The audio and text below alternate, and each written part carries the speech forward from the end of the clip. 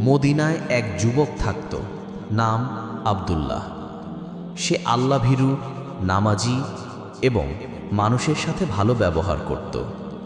কিছুদিন আগে তার বিয়ে হয়েছে আয়েশা নামের এক মেয়ের সাথে। আয়েশা নরম স্বভাবের, তবে নতুন সংসারে এসে অনেক কিছু শেখা ও মানিয়ে নেওয়ার সময় লাগছিল। বিয়ের পর প্রথম কয়েক মাস সব ঠিকঠাক চললেও একদিন আব্দুল্লাহ কাজে গিয়ে ফিরল বেশ দেরিতে। আয়েশা মুখ ভার করে জিজ্ঞেস করল, আপনি এত দেরি করলেন কেন? কিছু খবরও দিলেন না।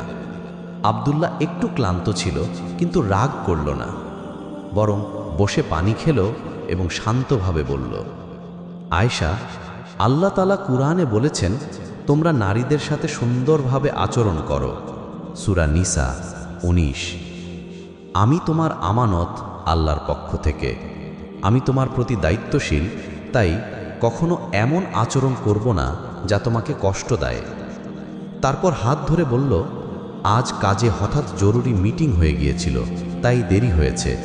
আমি চেষ্টা করব ভবিষ্যতে আগে জানিয়ে দেব। আয়েশার মন গলে গেল। সে বুঝতে পারল, স্বামী শুধু আর্থিক দায়িত্বই নেয় না, বরং স্ত্রীকে মানসিক শান্তি দেওয়াও তার দায়িত্ব। দিন গড়াতে লাগল। আব্দুল্লাহ চেষ্টা করত স্ত্রীকে দুনিয়া ও আখেরাতের পথে সাহায্য করতে।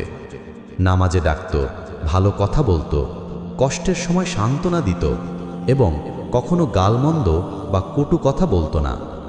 একদিন আয়েশা অসুস্থ হয়ে পড়ল। ডাক্তার দেখিয়ে ওষুধ আনল, রান্না নিজেই করল এবং সারা রাত জেগে পানি দিল। আয়েশা চোখে পানি নিয়ে বলল, আপনি এত কষ্ট করছেন আমার জন্য?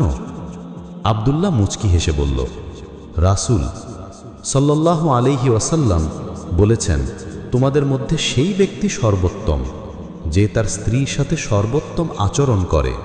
তিরমিজি। আমি চেষ্টা করছি যেন আল্লাহর কাছে সেরা স্বামী হতে পারি। এইভাবে তাদের সংসার ভালোবাসা, সম্মান ও ইসলামী দায়িত্ব পালনের মাধ্যমে সুন্দর উদাহরণ হয়ে উঠল।